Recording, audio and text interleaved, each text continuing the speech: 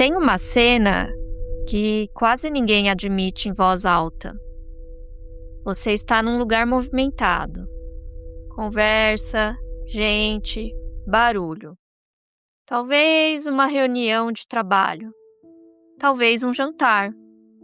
E em algum momento, não de propósito, sem drama, você se pega pensando na sua casa. Não porque o lugar seja ruim, não porque as pessoas sejam chatas, mas porque existe uma versão de você que só existe lá dentro e faz horas que ela estava esperando você voltar.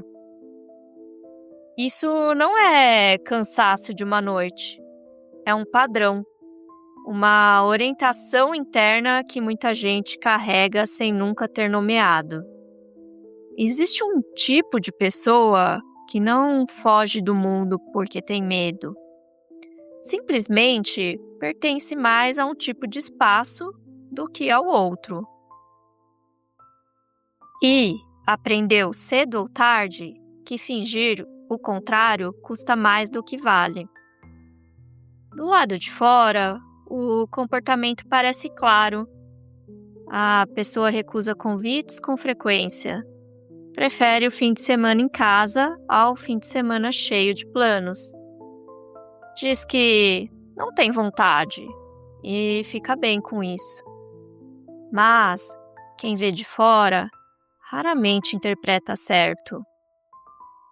A leitura mais comum é que falta coragem, ou que algo traumatizante aconteceu, ou que existe um isolamento que vai cobrar um preço.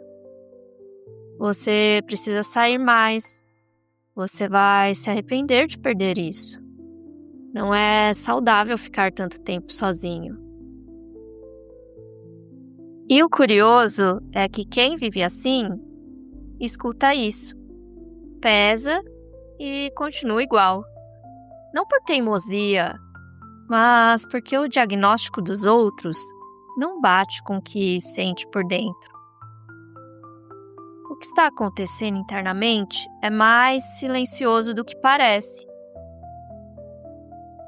Existem pessoas cuja vida interior não é um esboço, é inteira, cheia de camadas, de pensamentos que continuam de onde pararam, de perguntas que não precisam de resposta imediata para sustentar a atenção.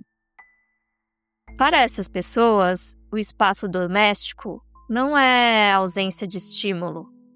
É o lugar onde o estímulo interno finalmente pode existir sem concorrência. Lá fora, tem muito ruído ocupando o mesmo canal. Conversas que exigem presença, energia social que precisa ser gerenciada, o volume constante de outras pessoas existindo. Em casa, o pensamento se move sem obstáculo. A atenção vai para onde ela mesma quer ir. E isso, para quem tem um mundo interno rico, é uma forma de liberdade que não encontra substituto em nenhum plano de saída. Psicólogos chamam isso de solitude funcional, a capacidade de estar só, sem que isso signifique estar vazio. É diferente de isolamento. Isolamento é a ausência de conexão. Solitude funcional é presença consigo mesmo. E para algumas pessoas, essa presença é tão nutritiva quanto qualquer companhia. Mas nem toda pessoa que ama ficar em casa chegou lá pela mesma via. Algumas chegaram por escolha genuína. Sempre foram assim. Sempre souberam que esse era o modo em que funcionavam melhor.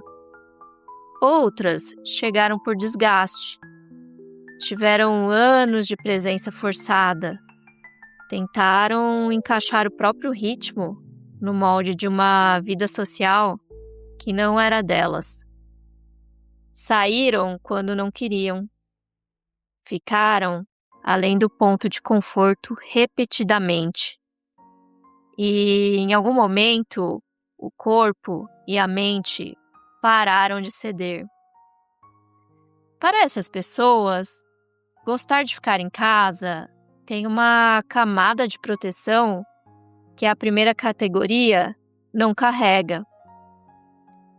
É como se o espaço doméstico tivesse se tornado o único lugar onde não precisam performar nada, onde a exaustão pode existir sem precisar ser explicada, onde o humor não precisa ser gerenciado para o conforto de ninguém.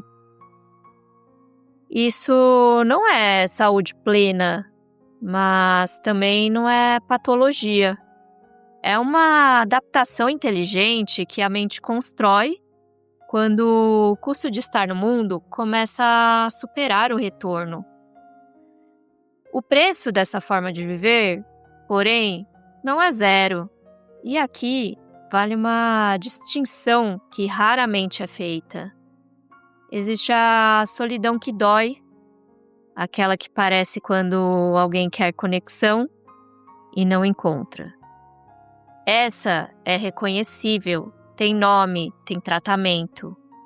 Mas existe outra, muito silenciosa, a solidão de quem está bem sozinho na maior parte do tempo, mas às vezes olha para fora e percebe que o mundo seguiu em frente sem sua presença. E não sabe exatamente se isso é problema ou não. Essa segunda forma é mais difícil de nomear porque não dói de forma constante. Ela aparece em momentos específicos, num domingo à noite, sem nada planejado, numa conquista que não tem para quem contar, num momento de leveza que passa sem testemunha. E aí vem o incômodo. Não é sofrimento, mas também não é indiferença. É algo no meio que a pessoa não sabe muito bem como classificar. Conexões que exigem manutenção presencial foram se distanciando.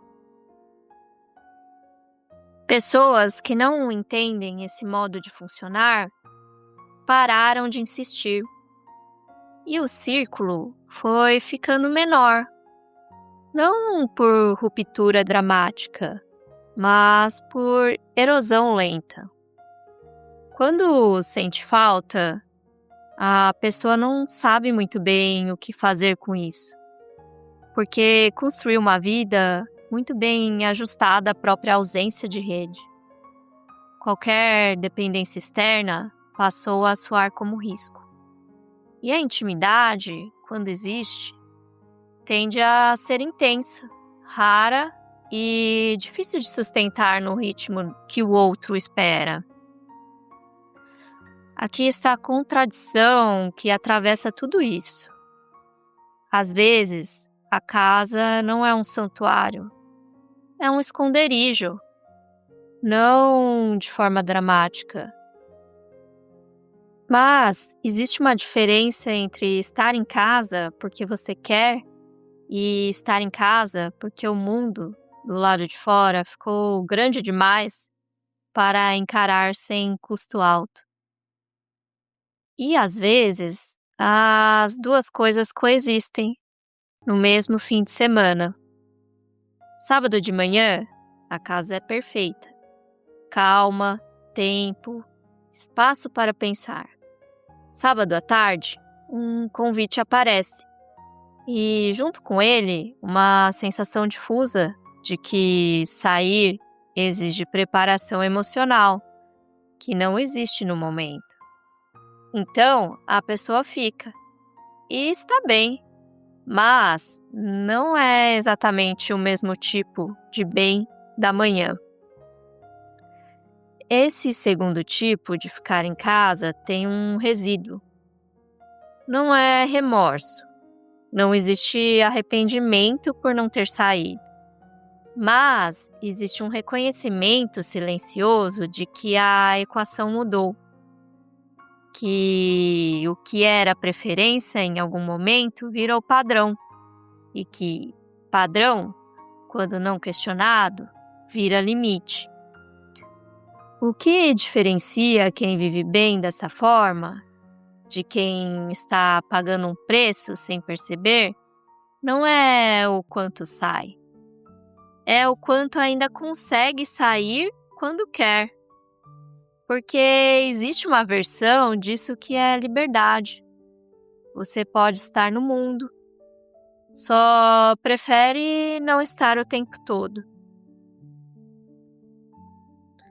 E existe outra versão que é encolhimento.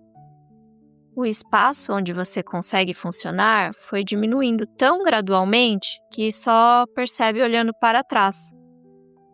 As duas versões têm a mesma aparência de fora e, às vezes, até a mesma aparência por dentro. A diferença não está no comportamento, está na direção em que ele está se movendo.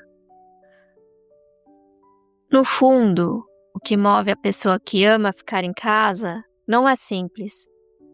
É uma combinação de temperamento, de história, de uma inteligência emocional que aprendeu onde se sente segura e de uma exigência interna por autenticidade, que o mundo externo frequentemente não satisfaz. Isso não é fraqueza, mas também não é sempre força. É uma forma específica de existir que carrega lucidez e limite na mesma mão. E talvez o que valha não seja decidir se isso é bom ou ruim, mas perguntar de tempos em tempos se a casa ainda é o lugar onde você mais é ou se virou o lugar onde você para de ser, sem que ninguém perceba, inclusive você. Se este vídeo fez sentido, talvez você já soubesse disso antes de começar a assistir.